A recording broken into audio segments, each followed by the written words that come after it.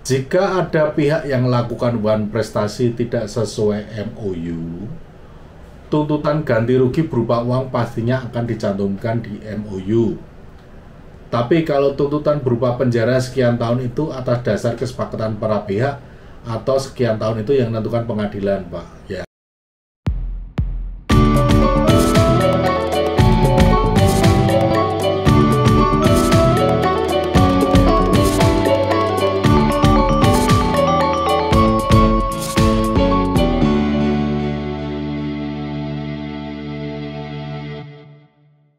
Pertanyaan ke-21 dari Destiano L. Raffi. Selamat siang Mas Dap, mohon izin untuk bertanya. Bagaimana cara membuat penawaran yang baik agar calon buyer kita benar-benar yakin untuk menghubungi kita? Ya. Jadi cara penawaran yang baik. Oke, jadi kalau apa yang Mas Dap lakukan supaya kita itu mendapatkan kepercayaan buyer sehingga buyer mau berhubungan bisnis dengan kita, yang pertama yang harus Anda siapkan adalah selalu legalitas usaha. Itu siapkan dulu ya. Kalau sudah beres, tidak ada isu mengenai legalitas usaha. Yang kedua adalah cara memilih calon buyer yang akan kita prospek, yaitu ketepatan produk. Kita pelajari apakah buyer tersebut itu menjual produk yang sejenis atau mirip dengan produk kita. Apakah buyer tersebut dia melakukan impor terhadap produk tersebut atau dia bikin sendiri. Terus apakah range dari produk yang dia jual itu memang sesuai dengan produk yang akan kita tawarkan. Jadi dengan pertimbangan-pertimbangan itu barulah kita mengirim email perkenalan. Email perkenalan itu seharusnya hanya memperkenalkan diri, bukan menawarkan produk ya. Perkenalkan perusahaan Anda, berdiri kapan, bergerak bidang apa, lokasinya di mana, dan tujuan email Anda itu mau apa. Menawarkan diri sebagai supplier atau apa gitu, harus jelas. Setelah email yang pertama ini mendapatkan respon, barulah masuk pada email kedua yang berisi penawaran produk ya. Jadi kalau responnya adalah calon buyer tertarik, email kedua baru Anda tawarkan produk-produk yang membuat calon buyer tersebut tertarik. Seperti itu. Jangan terlalu memaksakan dengan mengirim banyak email atau email dengan banyak lampiran-lampiran yang tentunya akan membuat buyer justru menjauh dari kita. Itu ya kiat-kiatnya supaya buyer itu mau berhubungan bisnis dengan kita. Demikian ya, Destiano ya. Semoga terjawab pertanyaan Anda. Pertanyaan ke-22 dari Johnson. Mas Dap, misal saya sudah punya CV. Nah, itu kita masih harus pakai undername atau nggak usah Mas Dap? Thank you Mas Dap. Oke, Johnson. Kalau Anda sudah mempunyai CV, yang harus Anda pastikan kembali adalah apakah perizinannya sudah lengkap dan sesuai dengan produk yang Anda akan lakukan ekspor. Kalau sudah sesuai dengan produknya, artinya Anda tidak perlu membutuhkan undername. Tetapi kalau CV Anda itu perizinannya berbeda dengan produk yang akan Anda ekspor, Anda berarti masih membutuhkan jasa undername untuk bisa ekspor barang tersebut ya. Kuncinya adalah izin itu selaras nggak dengan produknya. Kalau selaras dan sudah lengkap, Anda tidak perlu lagi menggunakan jasa undername. Pertanyaan ke-23 dari Ade Saputra. Masih bingung Mas, harus dimulai mana ekspor, mohon ilmunya. Maksudnya mungkin bagaimana sih cara mulai ekspor ya. Oke, Ade Saputra, kalau Anda itu serius, tidak perlu bingung. Yang harus Anda lakukan mulai dari mana? Mulai mengurus legalitas usaha Anda dulu. Karena legalitas usaha Anda itu menjadi identitas Anda pada berkegiatan ekspor. urus legalitasnya secara lengkap sesuai dengan produk yang akan Anda ekspor. Setelah itu, carilah produknya sesuai dengan izin yang Anda miliki, kuasai produknya, baru setelah Anda menguasai produknya, Anda lakukan penawaran-penawaran kepada calon buyer. Itu caranya memulai ya, nggak usah bingung, yang jelas segera urus legalitasnya dulu. Pertanyaan ke-24 dari Irfan Yahya Atamimi. Selamat siang Om, aku baru mau mulai belajar ekspor, sudah mengerti sedikit tentang ekspor. Tetapi untuk negosiasi dengan supplier atau pabrik gimana ya? Caranya kita ngomong sedangkan kita belum punya buyer ya, tetapi sudah mempunyai data buyer dan sudah menghubungi buyer. Oke, yang jelas kalau misalnya Anda itu ingin mencari supplier yang tepat untuk ekspor, Anda bisa menyimak video tutorial tentang cara mencari supplier untuk produk ekspor yang sudah Masdap upload pada channel Masdap Indonesia. Tetapi pada prinsipnya untuk membangun komunikasi dengan calon supplier itu Anda harus memiliki legalitas badan usaha. Karena apa? Kalau nanti Anda tidak memiliki badan usaha, hanya perorangan, kemungkinan besar akan ditolak. Karena apa? Legalitas Anda belum punya, bagaimana Anda mau ekspor. Yang kedua, orang cenderung lebih mantap bekerja sama dengan lembaga atau badan usaha dibandingkan dengan pribadi karena lebih dapat dipertanggungjawabkan. Jadi setelah Anda memiliki legalitas izin usaha Anda sesuai dengan produknya, Anda coba berkomunikasi dengan cara appointment, bikin janji, mau ketemu dan lain sebagainya. Kalau sudah punya kesempatan bertemu, terangkan Anda siapa, perusahaan Anda bagaimana, tujuannya mau apa dengan menjalin kerjasama itu. Ya, memang tidak semua pihak akan terbuka dengan kunjungan Anda, tetapi bukan tidak mungkin Anda akan mendapatkan partner kalau cara-cara itu Anda lakukan. Tetaplah datang dengan sopan, sampaikan niat Anda untuk mengajak kerjasama. Bahasa kasarnya adalah Anda datang untuk membantu memasarkan produk dari supplier tersebut, gitu loh. Siapa sih orang yang tidak mau dibantu penjualannya, gitu kan? Asal nanti konsep kerjasamanya jelas, pasti mereka akan tertarik. Jadi caranya adalah demikian ya. Pertanyaan ke-25 dari Adrian Yoga Prasetya. Pagi Pak, mau tanya, untuk pendaftaran NIB itu kan di portal OSS. Di sana diminta sebutkan harga satuan. Untuk harga satuan itu ditulis harga yang paling mahal atau gimana? Mohon bimbingannya. Untuk data seperti harga dan lain sebagainya itu kan sifatnya sebenarnya lebih kepada formalitas. Jadi tidak terlalu berpengaruh. Yang penting bahwa harga yang disampaikan adalah harga yang masuk akal ya. Itu hanya untuk sistem administrasinya saja. Kalau Masdap sih biasanya ya berikan saja harga produksi rata-ratanya berapa. Itu aja yang bisa Anda masukkan data harga ya Adrian ya. Pertanyaan ke-26 dari Nur Hanif. Ini panjang sekali. Selamat siang Masdap, mohon maaf kalau mungkin pertanyaan ini berulang atau sudah dijelaskan.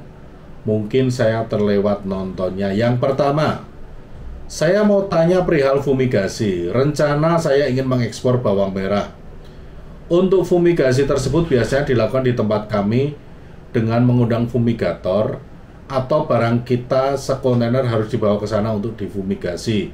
Oke, fumigasi seperti ini berarti harus melakukan fumigasi khusus ya. Nanti akan butuh yang namanya sertifikat phytosanitary. Dan itu biasanya dilakukan di tempat yang sudah ditunjuk oleh dinas karantina. Jadi barangnya masuk kontainer, kontainernya dibawa ke lokasi atau depo untuk dilakukan proses fumigasi tersebut. Pertanyaan yang kedua, bagaimana menyikapi harga bawang yang cenderung fluktuatif? dan hampir berubah-ubah setiap minggunya. Apakah kita ambil harga tertinggi pada saat memberikan kuotasi ke calon buyer? Terima kasih tanggapannya dan video-videonya selama ini sangat bermanfaat. Terima kasih juga. Jadi bagaimana kiatnya kalau harga produk ekspor kita itu fluktuatif atau naik turun ya? Kalau kasusnya demikian, berarti Anda harus mempelajari sejarah atau histori dari naik turunnya harga tersebut. Anda harus punya data paling tidak setahun sebelumnya itu terjadi kenaikan harga terendah berapa, harga tertinggi berapa ya. Di situ Anda ambil gapnya, jadi dari harga terendah dan harga tertinggi. Anggap saja selisihnya adalah Rp1.000.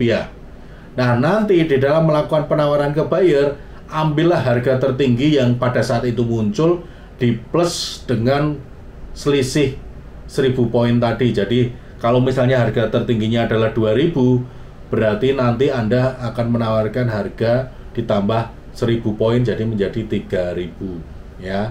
Jelas ya Nur Hanif ya, untuk menentukan harga yang fluktuatif itu supaya aman bagaimana caranya. Pertanyaan ke-27 dari Ahmad Taufik. Mas Dap, kalau pembayaran Titi udah transfer 50%, terus bayarnya sisanya nggak mau bayar, itu bagaimana? Tapi BL masih ada sama kita. Oke, kalau ada kejadian setelah buyer itu melakukan transfer 50% sebagai DP, anggap saja begitu, dan sisanya tidak mau membayar, tetapi dokumen ekspor masih di tangan kita, itu bagaimana situasinya? Kalau yang terjadi demikian, yang akan mengalami permasalahan adalah buyer Anda. Karena apa? Karena kontainer yang sudah berjalan ini akan tiba dan harus dikeluarkan sesuai dengan manifest penerimanya adalah buyer Anda. Sementara buyer Anda tidak memiliki dokumen karena belum melakukan pembayaran ya. Jadi sampai dengan kontainer itu bisa dikeluarkan, itu nanti terjadi denda di pelabuhan negara tujuan yang harus dibayarkan atau ditimpakan atau dibebankan kepada buyer Anda. Jika sampai batas waktu tertentu kontainer ini tidak segera dikeluarkan, itu buyer Anda akan terkena pasal pidana penyelundupan ya. Itu yang akan bermasalah dengan hukum adalah buyer Anda. Sementara Anda sebagai eksportir itu akan mengalami kerugian karena sisa dari pembayaran shipment atau order tersebut tidak dilakukan oleh buyer ya. Itu adalah situasi yang terjadi bila mana ada pembayaran separuh dan sisanya tidak dibayarkan oleh buyer gitu ya. Ahmad Taufik ya. Pertanyaan ke-28 ini tepatnya malah bukan pertanyaan tapi pernyataan dari Wirananta Ardi.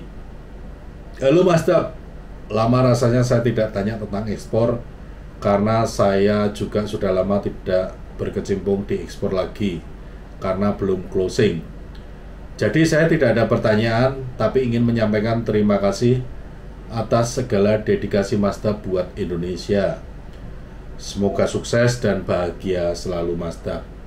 Terima kasih Wiranata Ardi. Jadi semoga Anda juga tetap semangat memperjuangkan ekspor Anda sehingga bisa kembali bergairah, bertambah gairah ekspor di Indonesia karena Anda juga bergabung di dalamnya. Berikutnya pertanyaan ke-29 dari Diki Hermawan. Cara mengatasi freight mahal Cara mengatasi freight mahal Oke. Kalau Anda perhatikan di tempat Mas Dap ya, dari baik video vlog maupun tutorial, itu Mas Dap selalu menggunakan penawaran harga berbasis FOB, free on board. Artinya bahwa Mas Dap tidak menanggung harga freight kapal dari Indonesia sampai dengan barang diterima di negara buyer. Jadi Master juga tidak terpengaruh pada saat harga freight kapal naik gila-gilaan, bahkan sampai 7 kali, 10 kali lipat. Jadi pertanyaan Anda, cara mengatasi harga freight kapal yang mahal adalah tawarkan harga ke buyer dengan basis FOB. Itu dengan serta-merta permasalahan freight yang mahal tidak akan menjadi beban Anda lagi.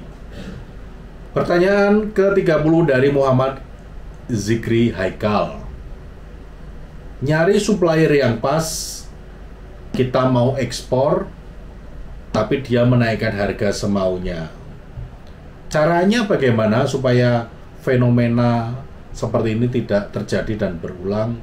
Caranya gampang. 1, Anda harus memiliki supplier lebih dari 1 orang. Sehingga Anda punya pilihan bila mana supplier tersebut mulai seenaknya menaikkan harga. Yang kedua, jika sudah mendapatkan supplier, sebaiknya Anda membuat MOU kerjasama, khususnya yang berkaitan dengan harga yang sudah disepakati. Itu cara dan kiatnya mengatasi supplier yang bermain-main dengan harga seenaknya.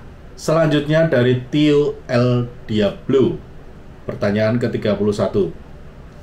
Potensi ekspor di Kalimantan Barat apa ya Mas Dap? Nah, ini sebenarnya Anda bisa juga mencari tahu melalui Google, tapi mungkin Anda belum sempat. Jadi potensi ekspor di Kalimantan Barat berdasarkan riset yang Mas Dap lakukan itu ada 10 produk unggulan. Yang pertama tanaman hias, yang kedua pasta durian, yang ketiga kelapa bulat ya, yang keempat kelapa parut kering, yang kelima palm kernel expeller, yang keenam santan kelapa, yang ketujuh biji pinang, yang ke-8 RBD palm oil olein, yang ke-9 karet, dan yang ke-10 sarang burung walet. Nah, silakan Anda cari kira-kira produk mana yang menarik dan bisa Anda kuasai pengetahuannya. Coba lakukan penawaran kepada buyer untuk produk-produk tersebut. Pertanyaan ke-32 dari Herlina _ Mas Dap, awal-awal bisnis ekspor kerajinan, apakah saat buyer minta katalog, Mas Dap udah punya list katalog ratusan produk? Tidak. Ya, awal-awal itu Mas Dap hanya menyiapkan produk sekitar 20-25 produk ya. Dan produk ini pun beragam dan ditawarkannya juga selektif, tidak semua produk ditawarkan, tapi berdasarkan riset Mas Dap tahu bahwa buyer tertentu itu tertarik dengan produk tertentu, makanya yang ditawarkan adalah produk tertentu. Jadi Mas Dap tidak pernah punya katalog. Sampai hari ini pun Mas Dap tidak pernah merilis katalog untuk calon buyer ya. Mas Dap biasanya melakukan penawaran produk kepada buyer dengan sistem foto offer, bukan katalog. Seperti apa foto offer? Silahkan Anda simak video yang sudah Mas Dap upload mengenai cara menawarkan produk kepada buyer ya, itu dengan sistem foto offer ada ya. Selamat mencoba, semoga berhasil. Pertanyaan ke-33 dari Raffi. Sore Mas Dap, apakah diperkenankan Mas mencari buyer lewat website jualan melalui menu kontak us Mas, dan berapa besar kemungkinan bisa dapat? Yang Anda tanyakan adalah salah satu cara dengan riset mandiri ya. Tetapi memang diperlukan ketelitian di dalam membaca website tersebut. Mungkin akan ada alamat email khusus yang disediakan bagi Anda untuk menawarkan produk. Jadi tidak melulu melalui kontak us, tetapi bisa melalui kontak us ya. Berapa besar kemungkinan bisa dapat? Masalah potensi kemungkinan pasti selalu ada. Besar tidaknya tergantung ketepatan Anda memilih calon buyer tersebut ya. Jadi pahami apakah buyer tersebut itu produk yang dijual sama atau mirip dengan produk Anda. Yang kedua, cari tahu juga apakah buyer itu melakukan impor ya terhadap produk tersebut atau produksi sendiri. Kalau semua parameter itu sudah terpenuhi, kemungkinan besar Anda akan bisa mendapatkan respon dari buyer tersebut. Pertanyaan ke-34 dari Muhammad Taufik Anwar. Sore Mazda, kalau untuk ekspor furniture dan handicraft apa butuh persyaratan khusus? Saya mau seperti mau nebang kayu. Saya mau mencoba memulai ekspor handicraft dan furniture Mazda. Makasih jawabannya. Kalau yang Anda sebutkan adalah kayu, berarti Anda butuh izin khusus, yaitu SVLK dan tadi ETPIK ya, eksportir terdaftar untuk produk industri kayu. Itu Anda urus kalau memang Anda akan bergerak pada handicraft di produk berbahan kayu. Pertanyaan ke-35 dari Asri Rama. Saya baru belajar ekspor, apakah supplier dari daerah atau pulau lain bisa dijadikan mitra? Bagaimana mekanismenya? Apakah bisa? Bisa. Mazda sudah melakukan itu. Mekanismenya bagaimana? Untuk mengawali itu sebaiknya Anda bertemu langsung dengan calon supplier itu.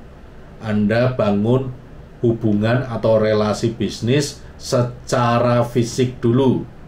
Sampaikan maksud dan tujuan, bagaimana konsep kerjasamanya. Terus Anda memproses untuk pembuatan sampel di sana dulu ya. Setelah itu barulah Anda lakukan penawaran kepada buyer. Bikin MOU terhadap calon supplier tersebut tentang aturan main kerjasamanya bagaimana ya. Nanti biasanya kalau Mazda itu untuk supplier yang dari luar daerah, yang misalnya luar pulau gitu, Mazda meminta bahwa produk yang dikirim ke tempat Mazda harus sesuai dengan sampel produksi yang Mazda kirim. Jadi kalau nanti sampai diterima tidak sesuai, itu Mazda bisa mengembalikan ke mereka. Itu caranya ya. Jadi sangat mungkin untuk menjadi supplier, tetapi kalau memang kendalanya adalah jarak, Mazda menyarankan Anda mencari supplier dari daerah-daerah di sekitar Anda dulu. Demikian ya Asri Rama ya. Baiklah, terima kasih para Mazdaber yang sudah menyaksikan video ini dari awal sampai dengan akhir. Kalau masih ada pertanyaan seperti biasa silakan tulis di kolom komentar, nanti akan Mazda respon. Kali lagi, matur nuwun, salam Indonesia.